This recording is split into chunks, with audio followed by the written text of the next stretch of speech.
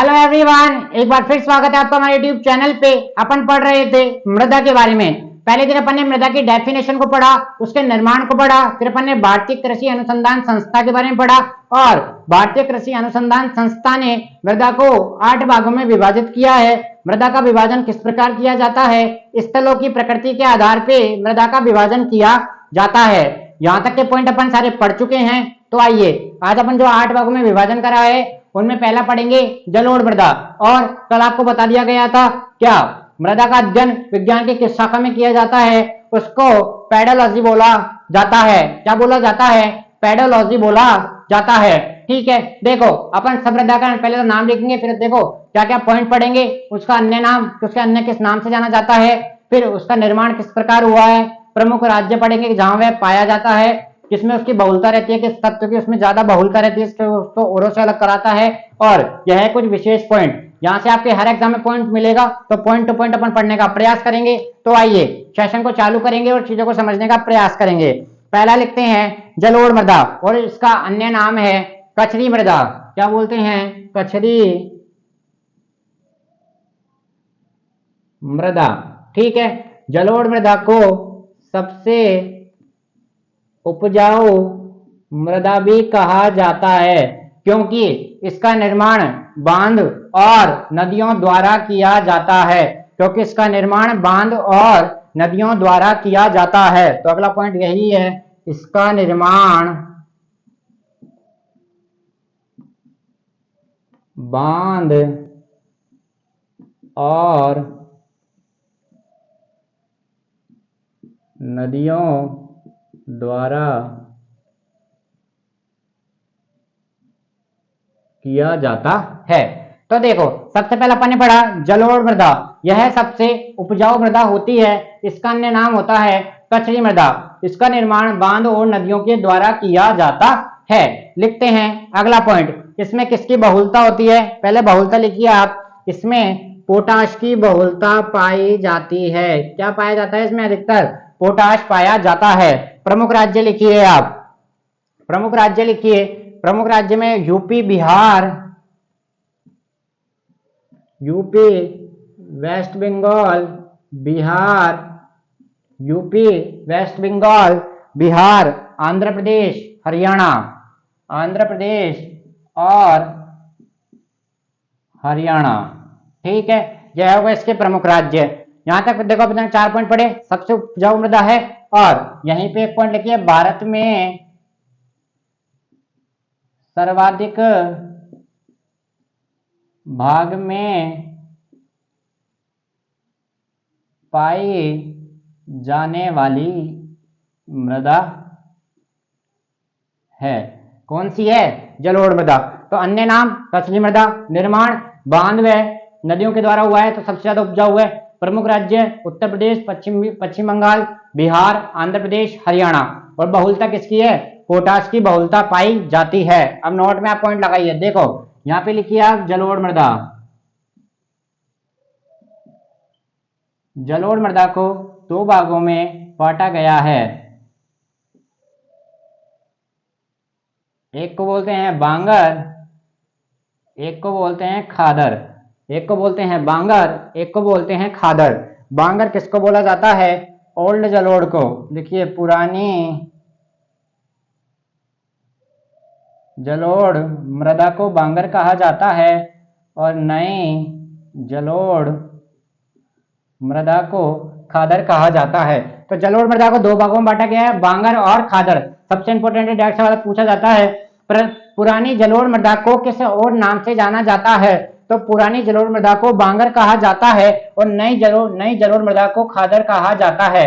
तो देखो यहाँ तक के पॉइंट। टूडेज टॉपिक अपन ने पढ़ा, जलोढ़ मृदा में भारत सबसे उपजाऊ मृदा है, भारत के सर्वाधिक भाग पे पाए जाने वाली मृदा है। नंबर दूसरा पॉइंट, अन्य नाम कचरी मृदा।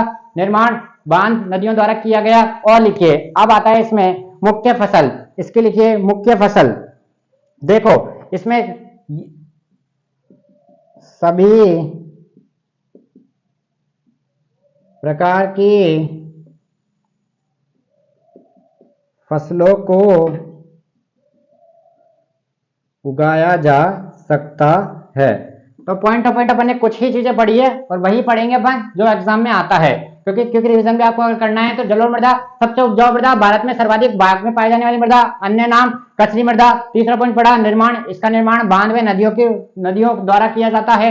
प्रमुख राज्य पढ़ लिए और बहुलता, पोटाश की बहुलता है, यही सबसे इसका इंपॉर्टेंट पॉइंट है। अगला पॉइंट लगाइए आप काली मृदा, अगला पॉइंट लगाइए आप काली मृदा, ब्लैक सॉइल। अगला पॉइंट लगाइए काली मिट्टी या काली मृदा। ठीक है, यहां तक के पॉइंट क्लियर हो चुके हैं। इसको आप लिखना, साथ के साथ लिखें, प्रॉपर नोट इसी प्रकार बनाएं, क्योंकि लिखना जरूरी है। अगर आप एक बार लिखते हैं तो आपको बहुत सारी चीजें कवर होती है। ऐसे नोट्स पीडीएफ से वो भी सही है, लेकिन आप इसको प्रिफर करें।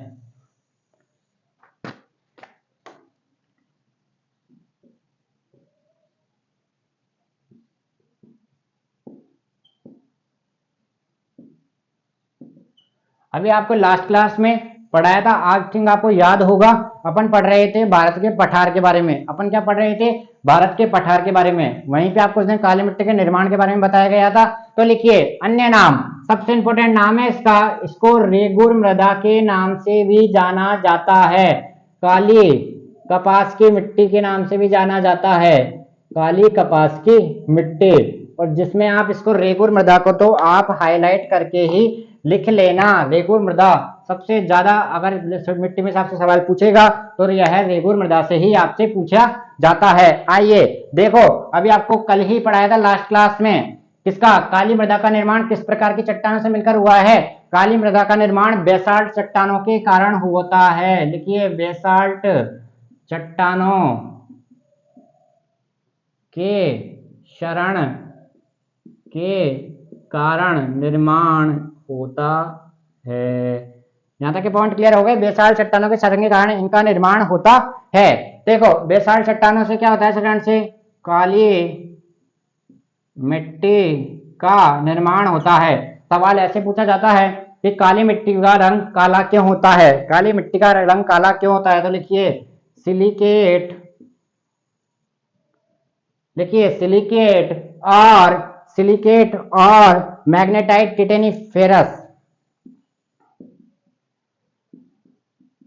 मैग्नेटाइट टिटेनीफेरस के कारण। तो देखिए, देखो रेगुर मृदा सबसे इंपॉर्टेंट नाम है इसका, अन्य नाम में काली कपास की मिट्टी, बेसाल्ट चट्टानों के क्षरण के कारण इसका निर्माण हुआ है काली मिट्टी का। ठीक है, यह भी इंपॉर्टेंट लाइन है, किससे होता है? बेसाल्ट चट्टानों से। अपन आगे अपनी लाल मिट्टी पढ़ेंगे, उसका निर्माण वह भी आपको कल बताया गया था। ठीक है, काली मिट्टी का काला रंग सिलिकेट और मैग्नेटाइट टिटेनीफेरस के कारण होता है। ठीक है, अब बात करते हैं, देखो आपने जहां भी काली मिट्टी देखा होगा, हम जहां रहते हैं वहां भी काली मिट्टी है, तो यह बहुत चिकनी होती है और पानी को बहुत कम एब्जॉर्ब कर पाती है। पानी को बहुत कम एब्जॉर्ब कर पाती है, क्यों? क्योंकि इनके नीचे क्या है, वो पत्ती जैसे बेसाल्ट की क्या हो जाती है, स्लाइड्स बन जाती है, जो पानी को अंदर नहीं जाने देती है। और चट्टान जैसे यहाँ पे और इसके बीच में क्या हो जाता है, पानी को रोक लिया जाता है, तो पानी इसके बीच में ही रहता है, जो नीचे नहीं जा पाता, नीचे जाए तो पूरा सोख ले। तो यह क्या होता है, जब तक गीली रहेगी ना, जैसे जब तक गीली रहेगी तब तो इतनी भयंकर गीली रहेगी कि आप ऐसे बोलोगे कभी सूखेगी नहीं। लेकिन जैसे ही यह गीला है, पानी आना बंद हुआ, 2 दिन धूप पड़ी, तो यह क्या है, जल्दी क्विक सूखती है। यह क्विक सूखते क्या कर लेती है, अपने मध्य में दरारें उत्पन्न कर लेती है, बड़ी बड़ी अपने मध्य में क्या कर लेती है, दरारें उत्पन्न कर लेती है। क्यों कर लेती है दरारें उत्पन्न? देखो जहां पे, यहां से ये पूरी सरफेस हो गया, यह उसकी बेसाल्ट चट्टान की परत हो गई, इसके बीच में वाटर था, वह सूख गया, सूखा तो नीचे अब इसका कोई इफेक्ट पड़ेगा नहीं, धूप पड़ेगी तो यहाँ तो चट्टान है, तो ऊपर क्या होगा, मिट्टी फैलेगी, टूटेगी मिट्टी, मिट्टी टूटने के कारण यहाँ पे क्या होता है, इनमें दरारें उत्पन्न हो जाती है। तो आपने देखा होगा काली मिट्टी में सूखने के कारण क्या हो जाती है, इनमें दरारें आ जाती है बहुत बड़ी बड़ी। तो यही क्या है, और यह किस प्रकार की मिट्टी होती है, एक चिकनी प्रकार की मिट्टी होती है, चिकनी मिट्टी होती है। ठीक है, और पानी को बहुत कम एब्जॉर्ब कर पाती है, पानी को बहुत कम एब्जॉर्ब कर पाती है। ठीक है, ठीक है, आगे बढ़ते हैं और लिखते हैं इसमें बहुलता, आयरन, Fe, एल्यूमिनियम, मैग्नीशियम और चूना। ठीक है, यहां तक की बातें क्लियर हो चुकी है। और बात करते हैं इसके लिए, कपास को उगाने के लिए, कपास को उगाने के लिए सर्वोत्तम मृदा, इसलिए इसे क्या कहा जाता है, काली कपास की मिट्टी भी कहा जाता है। यहाँ तक की बातें क्लियर हो चुकी है। तो देखो, काली मृदा ब्लैक सॉइल अपने पढ़ा, अन्य नाम इसका रेगुर मृदा के नाम से इसको जाना जाता है। सबसे इंपॉर्टेंट सवाल, काली कपास की मिट्टी क्यों कहा जाता है? क्योंकि कपास को उगाने के लिए यह सर्वोत्तम मृदा है। फिर अपन ने पढ़ा इसका निर्माण वेरी वेरी इंपॉर्टेंट है, बेसाल्ट चट्टानों के क्षरण के कारण इसका निर्माण होता है। फिर अपन ने बताया पानी को कम एब्जॉर्ब कर पाती है। यहाँ तक की बातें क्लियर हो चुकी है। और यह कपास के लिए सर्वोत्तम फसल है। बहुलतम इसमें क्या क्या पाया जाता है? आयरन पाया जाता है, एल्यूमिनियम, मैग्नीशियम और चूना इसमें पाया जाता है। यहाँ तक के हमारे पॉइंट क्लियर हो चुके हैं। तो अभी तक अपन ने जलोढ़ मृदा और काली मृदा के बारे में पढ़ा। ठीक है, यहाँ तक के पॉइंट क्लियर हो चुके हैं। कल मिलते हैं आपके साथ हम इससे आगे। कल अपन पढ़ेंगे लाल मृदा और लैटेराइट मृदा के बारे में सारे पॉइंट। ऐसे आप चैनल को प्यार देते रहिए। थैंक यू, धन्यवाद, नमस्कार।